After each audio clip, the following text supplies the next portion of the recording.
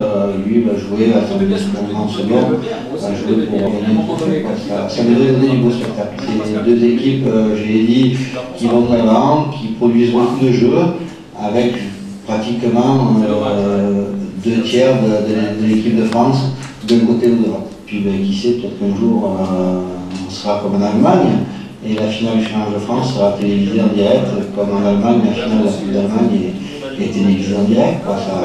Il y a comme ça qu'on arrivera aussi à gagner des spectateurs au bon moment. Voilà, c'était Bruno Bini à l'instant, un garçon qu'on aime bien sur télé, il peut revenir nous voir quand il le désire, le bon Bruno. On va passer à un petit jeu, si tu veux bien, Pascal, maintenant. À 19h30 de chaque émission, on fait un petit jeu. Donc le principe est assez simple, c'est que je vais te présenter des personnalités, et puis comme tu n'as pas ta langue dans ta poche, tu vas me dire ce que tu en penses. Ouais, si j'aime ou j'aime pas. Voilà, t'as tout compris. Allez, première personnalité.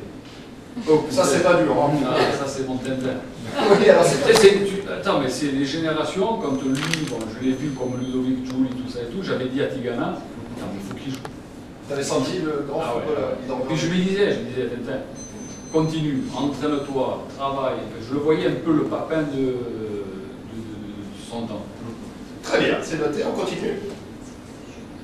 Ah, putain, vraiment la science. Attends, il ne comprenait rien au football. Et ben voilà, c'est ce que je dis. On a fait vraiment la science, alors il ne comprenait rien. Écoute, les jours, on part, je ne sais plus où on joue, on fait un match au Parc des Princes. On gagnait 1-0 et 3 jours après, on devait aller jouer à Nancy ou Coupe de France.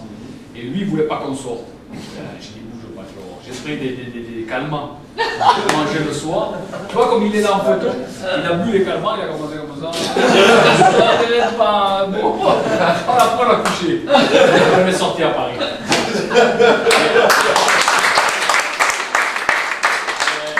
Un grand monsieur, il me touchait les fesses comme ça, il disait, ma femme aime beaucoup tes fesses.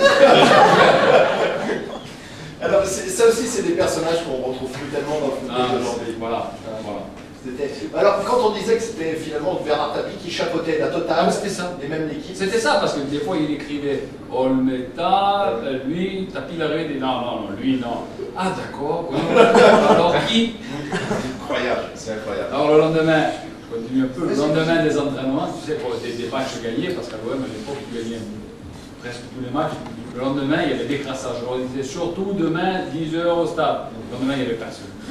Il était seul. Qu'est-ce que je fais? Et est-ce que tu comprends qu'on empêche les joueurs de sortir, qu'on leur casse un peu les pieds aussi quand il s'agit du décrassage? Si tu étais avec tu réagirais comme lui, peut-être tu leur casses Non, je pense que je réagirais comme je l'ai été joueur. Donc la veille d'un match, tu fais sortir ton équipe éventuellement si elle a besoin d'être décompressée. Oui, mais chacun, après, s'il n'est pas bon, un match, 2 matchs, après c'est l'entraîneur de dire, bon écoute là, tu n'es pas bon, qu'est-ce qu'on fait? Maintenant je te sors. Si toi tu veux sortir, je respecte. Tu as ta famille et tu vas aller manger un morceau. Mais si après le lendemain sur le stade il court 2 fois plus vite ou il te marque des buts, qu'est-ce que tu veux lui dire? Couche-toi, frappe tes enfants et ne sors pas le chien. Non, chacun sa vie et le respect. Quand le joueur vient sur le terrain, il faut qu'il te respecte. Je pense qu'on infantilise un peu trop les joueurs pro. Ouais, il y a trop la prise en charge, trop de dire comme ça. Moi, ce que je regrette un peu, c'est que les joueurs, tu vois, quand on doit en virer un, quand les présidents, les entraîneurs, ils disent voilà, lui on ne le veut plus, dernièrement ils en ont viré un au PSG, qu'il n'y a aucun joueur qui réagit. De dire attendez, non, les joueurs c'est une famille, vous ne les touchez pas. Tu parles d'Amical Forasso ? Voilà. Après, on peut dire on n'aime pas. Non, mais les joueurs, c'est solidaire, on ne touche pas. Très bien. On continue. Et les jaquets. Super. Bon. Règle particulier. Pas d'anecdote, tu lui as pas filé d'anxiolytique. Non. Tu lui as pas fait prendre de la drogue. Tu l'as pas emmené aux filles. Pas encore. Par contre, quelque chose qui a changé là. Je passais avant-hier soir, je me suis un peu trompé. C'est toutes les camionnettes vers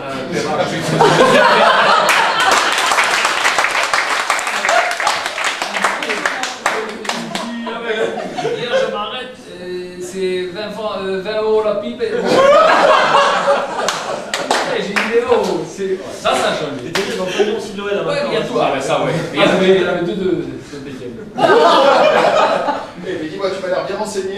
Mais je te dis, je suis passé par là, et là, si le match se passe bien, je vais amener des gens, choisissez, côté droit. Allez, on continue. Oh Paga. Il va être là, je l'adore. Ouais.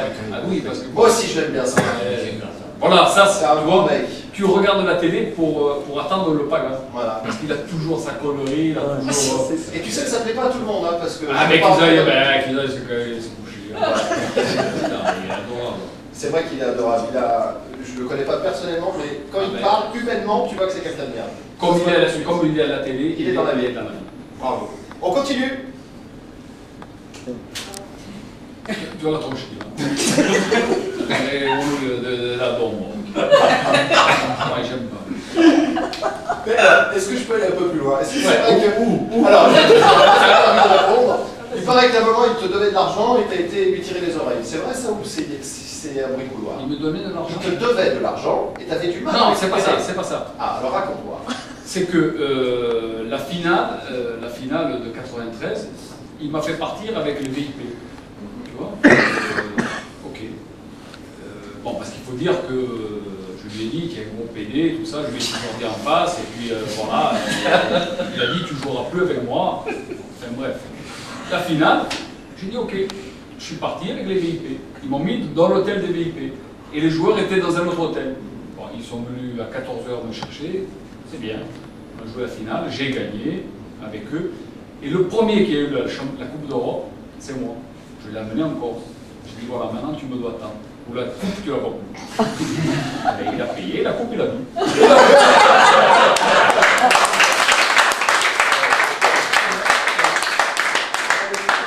La vérité est tout le temps déformée. Non, mais je ne pas raconter ça, là je te crois. Et donc, mais explique-moi quand on en parle avec la Coupe de Champions League. On l'a mis dans un sac, ils sont là. Tu es fou, c'était une caisse, je ne sais pas. C'était énorme. Apparemment, il donnait de l'argent à d'autres joueurs parce qu'il a disparu de nouveau d'ailleurs. Je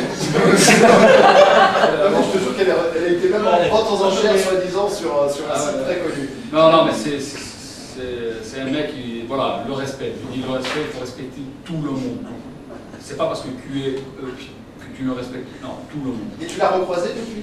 Je l'ai croisé, oui, à Bonifacio, il faisait du vélo. Il dit viens voir. Sa femme l'a dit va le voir parce que tu vas me prendre. Et du coup, vous avez monté à la guerre. Non, stop. Voilà, il le sait. C'est comme ça. Très bien, on continue. Alors tu sais, là.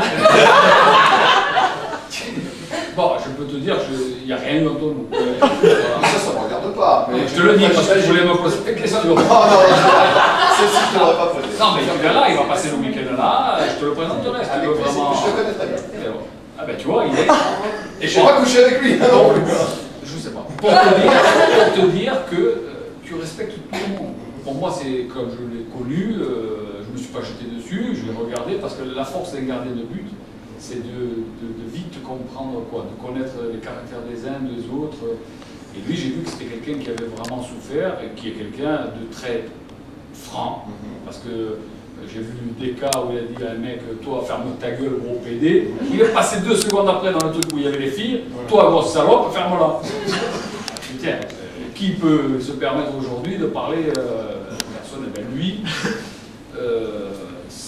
Voilà, le respect pour tout le monde. Chacun a sa place dans la vie. Très bien, on continue. Charles Pasqua. Je ne le connais pas personnellement, mais je crois qu'il a fait beaucoup de bonnes choses, des moins bonnes. Très bien, on continue. Canto, qui a fait une très belle pub d'ailleurs pour un grand Partouche français. Ah, voilà, je te le dis. Non, parce que c'est mon partenaire officiel de l'événement.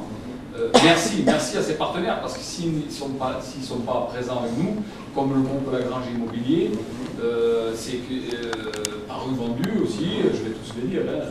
Non, mais c'est vrai que si on n'a pas des gars comme ça, je ne peux pas réaliser des beachs. Ça coûte beaucoup d'argent. Et après, voilà, on avance. Alors, Canto, pour le coup, c'est quelqu'un qui s'est enflammé, je sais, qui s'est enflammé auprès d'un supporter, et c'est ce que tu regrettes. Parce qu'en début d'émission, tu disais, si tu réponds aux supporters, tout ça, tu. Non, mais là, il y a des moments pour tout. Il y a un homme, il y a une grosse. Voilà. Tu joues 1 an, 2 ans, 15 ans, 20 ans, et à un moment donné, tu sais, on est comme tout le monde. On pète le câble. Tu peux péter le câble, et surtout, si ça se passe mal à ce moment-là, que le mec il parle, comme il y en a un qui a parlé de la mère ou la femme, bon, c'est le moment, c'est pas parce qu'on est. vois?